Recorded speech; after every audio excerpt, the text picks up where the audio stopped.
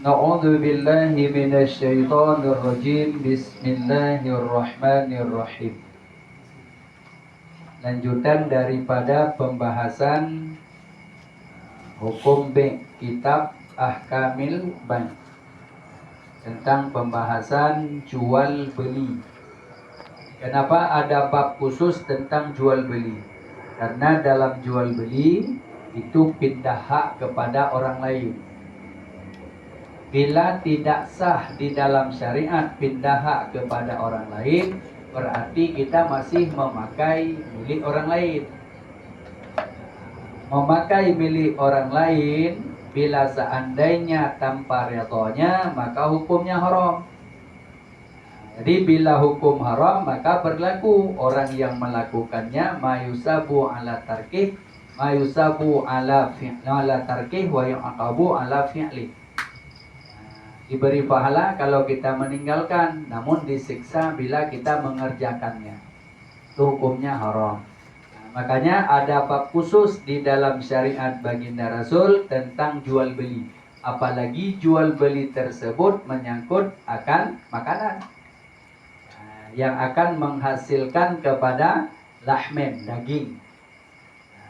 Rasulullah langsung menyebutkan dalam satu hadisnya, kullu lahmin nabata minas sukhti fannaru aula bih. Jual beli yang tidak sah dan kemudian kita akan makan sesuatu yang milik bukan milik kita, maka akan menjadi yang kita makan itu akan diolah menjadi darah dari daging. Darah dan daging yang jadi dari hasil tiada muafakat syariat, hukumnya haram. Maka di saat jadi haram, maka daging yang tumbuh dari yang haram, darah yang mengalir dari hasil yang haram, Rasul menjelaskan neraka lebih pantas ketimbang masuk surga. Jadi dalam arti yang kita takutkan nggak ada tempat kita di surga, ini yang jadi masalah. Makanya di akhirat nantinya ada orang yang dimakan api neraka sampai tumitnya. Di akhirat ada orang yang dimakan api neraka sampai lututnya, sampai pinggangnya, sampai pusatnya, sampai dadanya, ujungnya sampai lehernya. Nah, kalau ada orang yang dimakan api neraka sampai seluruh tubuhnya, maka dia kufur. Nah, jadi dia bukan orang yang asih, hanya disebut dengan kufur karena kufur tidak ada kecuali semuanya dimakan api neraka. Nah, tapi kalau orang yang Islam, maka dia tetap akan ada yang selamat juzuknya. Nah, ya, walau yang selamat hanya kepala saja. Jadi yang dimakannya sampai leher saja. Nah, jadi orang yang dihukum dalam Islam di akhirat nantinya menurut tingkat asinya, menurut tingkat maksiatnya. Makanya dibahas dalam kitab Jami' Jawami' Al-Musannifah, apa pembahasannya? Berbuatlah taat engkau kepada Allah setingkat apa maumu masuk surga. Setingkat apa sih kita ingin masuk surga? Setingkat itu kita harus buat taat. Dan bermaksiatlah kalian setingkat apa sabarnya kita dengan api neraka. Kalau seandainya merasa sabar dibakar dengan api neraka, maka silahkan berbuat maksiat. Maka yang intinya berbuatlah taat semampu engkau, seinginan engkau ingin kita menuju surga.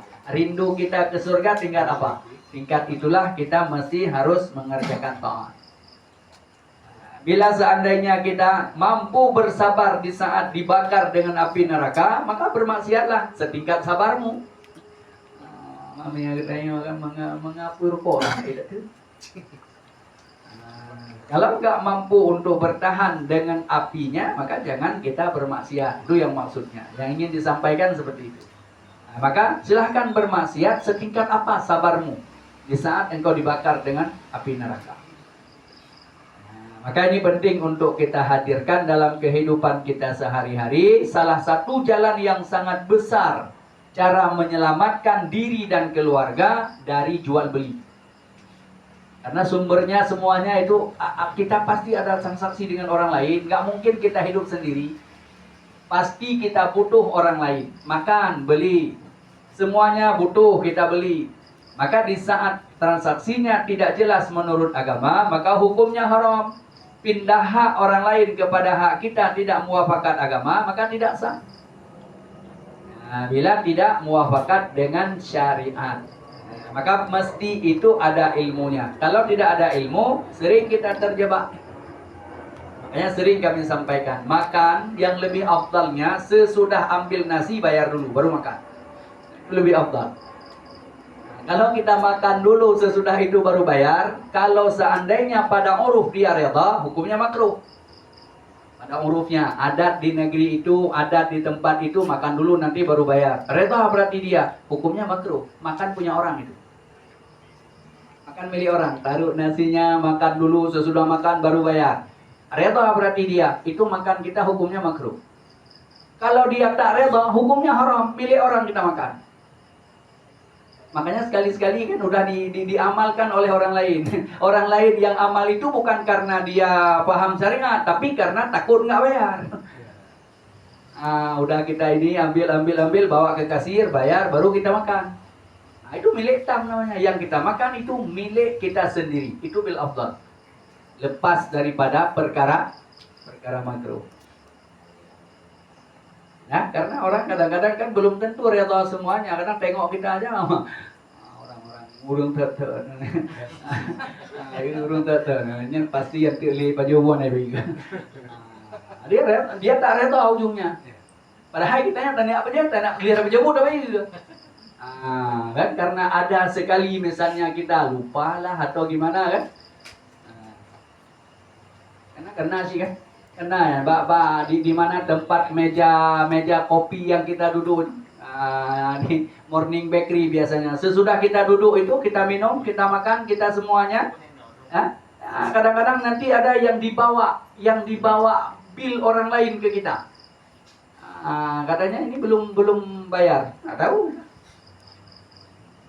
Seperti itu. Makanya hati-hati menyangkut dengan masalah atau berjamaah. Terus lưng pakat kau yang telak kejap lo. Pakat berbeza kau yang anjing kau yang telak terus lebih. Kena lagat.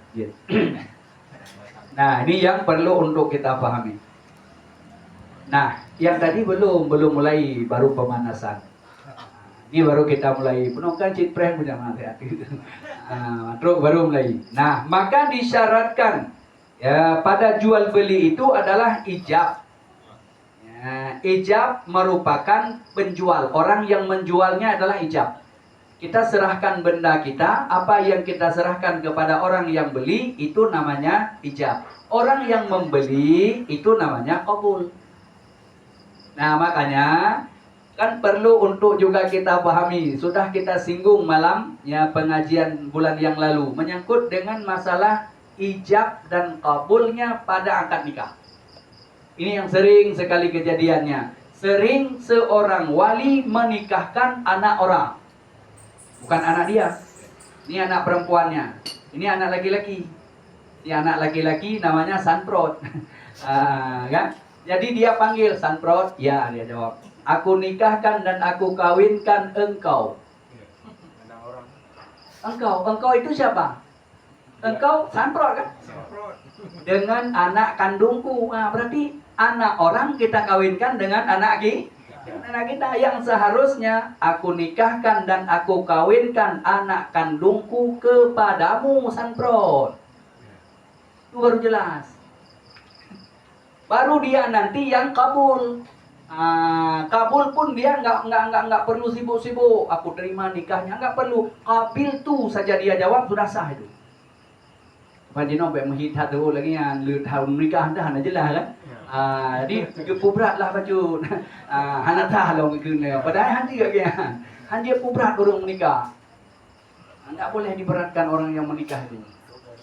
Ini saksi kadang-kadang si kelincu saksi bukan. Belum sah sekali lagi. Ikut kamu kakak dia kan. Baru dia nanti. Itu memberatkan orang yang menikah nggak boleh. Kalau memang sudah sah ya langsung sah. Jangan ulang sekali lagi. Ikutnya latih kapal ulang belum 3 tu. Kan? Jadi penting untuk juga dipahaminya, orang yang jual itu disebut ya, itu adalah merupakan ijab. Maka disyaratkan ada ijab yang menjualnya dan kabul yang membelinya itu dengan lafaz yang memberi pengetahuan, yang diketahui. Ya, makna diketahui atas milik akan sesuatu bagi yang membelinya. Seperti misalnya dikatakan bek tukar, aku jual akan dikau.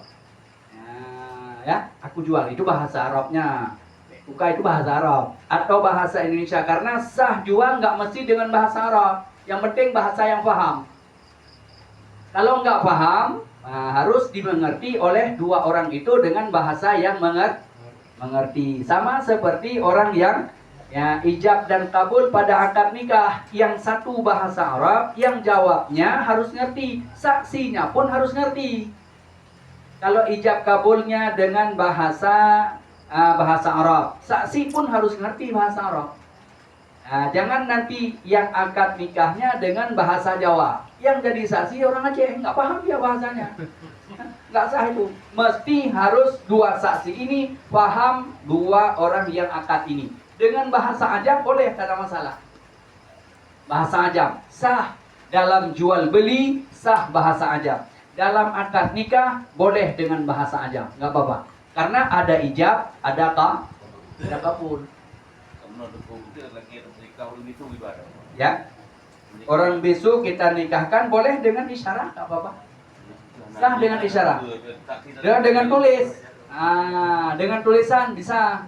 Dia kan dia kan seperti itu kan. Nggak ada orang kecuali hanya orang yang bisu yang paham bahasanya. Nah, maka boleh dia dengan lafaz, dengan tulisan, dengan kalam juga bisa, tak apa-apa. Atau dengan isyarah. Dengan isyarah saja boleh. Si ijabnya dia sebut, aku nikahkan dan aku kawinkan anak kandungku kepadamu dengan mas kawin sekian sekian sekian. Dia isyarah. Ya. Oh, dia kalau seandainya dia tidak bisa mendengarnya, tapi bisa melihat. Nah, biasa orang bisu itu tak bisa mendengar, tapi mesti dia bisa melihat. Kalau dia tak bisa melihat dan tak bisa mendengar, maka bagi dia tak ada syariat. Tak kena syariat dia. Karena yang pertama tidak sampai kepadanya syariat karena dia tak bisa mendengar. Kemudian dia tak bisa melihat, maka orang yang tak bisa melihat dan tak bisa mendengar, maka bagi dia rusak dengan syariat. Nggak kena syariat dia. Nggak sholat pun nggak apa-apa, dia nggak ngerti cara belajarnya. Nah, tapi kalau dia tak bisa mendengar tapi masih bisa melihat, maka masih kena syariat. Dengan isyarah kan, pokoknya asal sudah, berarti kan sudah dia langsung oke kan. Karena kenapa? Karena orang itu ada kekurangannya. Maka orang yang ada kekurangan di dalam syariat namanya rukhsah. Bukan hukum boleh. Karena hukum rukhsah itu bukan hukum dasarnya boleh, bukan. Tapi karena dia ada kekurangannya, maka dia dimaafkan. Boleh dengan tulisan, boleh dengan isyarat. Orang seperti yang demikian boleh. Tapi kalau orang yang normal nggak bisa. Orang yang normal itu tidak boleh. Mesti ada ijab dan ada kabul. Yang diijabnya oleh si pemilik. Makanya pada akad nikah itu anak perempuan itu milik walinya. Makanya jangan dinikahkan anak orang. Ini yang sering sekali kejadiannya. Sering sekali kejadian. Boleh langsung disebut kepada anak laki-laki ini dengan catatan aku nikahkan kepadamu. Ini langsung disebut kepada dia. Jadi jangan aku nikahkan dan aku kawinkan engkau. Engkau yang kukawin. Engkau yang kunikahkan. Bukan anak dia itu, anak orang berarti. Nanti yang kabulnya siapa? Jadi dia yang dinikahkan, dia juga yang kabulnya. Makanya itu yang akan ada simbol permasalahan. Ya. Pada pembahasan kaul yang mu'tamad para ulama. Sementara ada juga yang menyampaikan pendapat qila tetap sah, tapi dihitung kepada jual beli. Makanya pada jual beli, andai kata datang orang yang beli minta, bukan orang yang jual, yang beli minta, sah pada jual beli. Pada jual belinya andai kata bukan si ijab, tapi si kabul yang mulai. Si kabul, ini si A, ini si B. Sementara miliknya milik si A, tapi yang minta beli bukan si A yang jual, si B langsung yang mintanya. Pada jual beli sah. Makanya ini ya pernikahan yang aku nikahkan dan aku kawinkan engkau dengan anakku. Ini pendapat mobil. Pendapat yang lemah. Ya, jangan nanti sudah punya cucu 3 disuruh ulang balik nikahnya, nggak perlu. Nggak perlu lagi untuk nikah yang baru. Nah, jadi pada perkataan ya aku jual akan dikau akan benda ini, atau oleh si penjual dia katakan aku milikkan akan dikau akan benda benda ini dengan sekian harganya. Yang intinya dia menyebutkan ini bendanya kepada orang lain, diserahkannya. Ya. Jadi ada diserah, ada diijab oleh si pemilik pertamanya. Ya.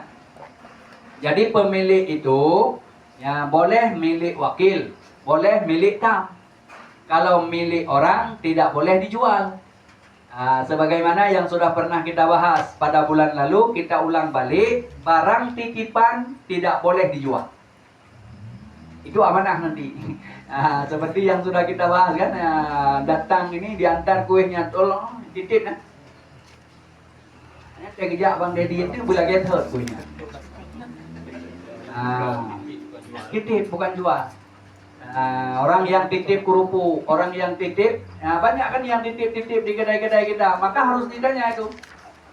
Ini titip atau disuruh jual? Kalau disuruh jual, namanya wakil, boleh jual. Tapi kalau seandainya titip ini ya, titip kurupu. Ini bulan-bulan yang lalu dia titip, bulan ini dia datang, mesti seperti biasa, utuh itu, nggak boleh dijual, nggak boleh. Satu aja kurang wajib bayar. Nah, ini yang jadi masalahnya. Makanya perlu untuk dipahami pada akadnya, pada serahnya, kan? Harus diperjelas pada ininya. Memang menyangkut dengan masalah yang sudah ma'ruf, itu beda bab lagi kan? Sudah ma'ruf misalnya. Itu beda bab. Ini yang intinya kalau kita lihat pada hukum dasarnya, ya, milik orang tak boleh kita jual. Kecuali sudah diwakilkan, milik wakil boleh. Ya, kita menjualnya atas nama wakil, bukan atas nama milik tak. Milik orang tak boleh kita jual. Nah, jadi ada pada situ adalah merupakan ya serahnya, itu namanya ijab. Nah, di saat menyampaikan ijabnya ya dengan bahasa yang ma'ruf, bahasa yang dipahami ya oleh orang yang belinya. Contoh seperti di sini dibahas ya, katanya aku milikkan akannya dikau akan benda ini dengan sekian harganya, atau dikatanya ya beli olehmu daripadaku dengan sekian. Ini benda engkau beli dengan sekian ya, oke katanya, udah selesai. Ya, oke aja udah selesai itu, nggak mesti harus kayak orang akad nikah. Kan? Jadi mesti dia dengan iya sahaja, oke. Iya, sudah selesai. Ini sudah disebut dengan qabul. Ya, beli benda ini dengan sekian. Sudah. Ini banyak contoh-contoh yang dibahas oleh para ulama. Ya, dikatanya beli olehmu daripada aku dengan sekian. Ya, atau ya aku jadikan akan dikau ini dengan sekian. Ini benda aku jadikan kepadamu dengan harganya sekian. Maka dijawab oleh orang yang ya membeli itu dengan qabulnya. Maka kata dia yang membeli, aku milik aku, aku belilah akan dia dengan sekian itu. Atau aku ya miliklah akan dia dengan harga sekian. Atau aku terimalah akannya dia dengan sekian. Dan harus kabul ya, yang membeli dahulu. Ini. Si kabul itu ya, yaitu yang membeli dahulu. Seperti katanya, juallah akan daku ini benda dengan sekian harganya. Nah, maka katanya, ya nggak apa-apa. Ya, yang menjual aku juallah akannya dikau. Nah, ini yang menjual, aku juallah akannya dikau suatu benda ini. Maka sahlah segala perkara itu dengan syarat. Ya, ini apa ya? Hah? Jangan jauh, ha? Nah, ini kurang apa namanya? Tercoret, ha? Ya, dengan syarat jangan jauh. Ya, perceraian antara keduanya, si ijab dan si kabul. Dengan apa? Dengan diam yang lama atau dengan perkataan yang lain. Nah, ini jangan nanti, ini aku jual ya. Enggak, dia jawab. Ya, jalan-jalan pilih barang ini segala macam. Baru dia balik nanti, oke, aku terima. Itu sudah diselangi dengan perkara yang lain, maka hilang mualat namanya. Pada ijab dan kabul mesti ada mualat. Nah, makanya pada ijab dan kabul akad nikahnya kan ada kode-kodenya, ada yang digaru, macam-macam, ada yang kodenya, ada yang ada yang sampai tangan-tangannya bermacam-macam modelnya. Nah, supaya kenapa? Supaya langsung disautnya, dijawabnya, tidak putus mualatnya. Nah, ini menyangkut dengan masalah ijab dan kabul ya, pada jual beli, karena ini pindah hak namanya. Pindah hak dari hak si A pindah kepada si B, dari hak orang lain pindah kepada kita. Nah, maka di situ perlu penjelasan di dalam syariat, ketentuan-ketentuan yang sudah diatur di dalam agama. Nah, supaya sah kita miliki. Di saat sudah sah kita miliki, maka barulah kita tasarruf. Kalau kita belum sah memiliki, maka kita tak boleh tasarruf. Tak boleh ambil manfaat. Anak orang itu belum sah tasarruf ke kita, nggak boleh manfaat. Sama juga jual beli yang lainnya. Kalau belum sah, ya maka tidak boleh kita. Nggak bisa itu. Nah, maka ini penting kita pahami ilmunya, ya, tidak boleh pisah dengan diam yang lama atau perkataan yang lain. Lagi disyaratkan muafakat. Ya, muafakat pada maknanya. Ya, muafakat pada maknanya, seperti kata yang menjual, aku jual dengan 1.000. Ya, 1.000 dinar. Ya. Aku jual dengan 1.000 dinar. Kata yang membeli 1.000 dirham. Enggak boleh. Karena dirham dengan dinar jauh bedanya. Sekarang dirham berapa? Dirham berapa? Berapa anggo? Berapa anggo dirham sekarang? Dirham kalau nggak salah sekarang 1 dirham 3.800.000. 3.800.000 1 dirham. Itu 1 dirham. 1 dirham itu 3.800.000. Makanya ya, kalau sekarang orang yang berangkatnya ke tanah suci itu nggak sampai lagi pun berapa dirham, 10 dirham udah bisa berangkat. Dulu berangkat ke tanah suci itu 100 dirham. 100 dirham. 100 dirham itu 380 juta kalau harga sekarang. Makanya kalau dihitung-hitung, berangkat haji furada itu sesuai dengan ongkos dulu orang berangkat haji. Nah, itu 100 dirham dulu berangkat ke tanah suci untuk mengerjakan haji. Nah, jadi harga sekarang 3.800.000 1 dirham itu, lebih kurangnya seperti itu. Nah, harus sepakat, jangan nanti yang 1 dirham disebut dinar, karena dinar itu perak, kalau dirham emas. Jadi jauh bedanya nanti antara harga dirham dengan dinar, itu beda jauh sekali harganya. Jadi harus sepakat, kalau dirham dua-duanya sepakat dengan dirham. Kalau rupiah sepakat dengan rupiah, jangan yang 1 rupiah, yang 1 ringgit. Iya. Pasti beda, nggak jauh itu, nggak akan connect itu.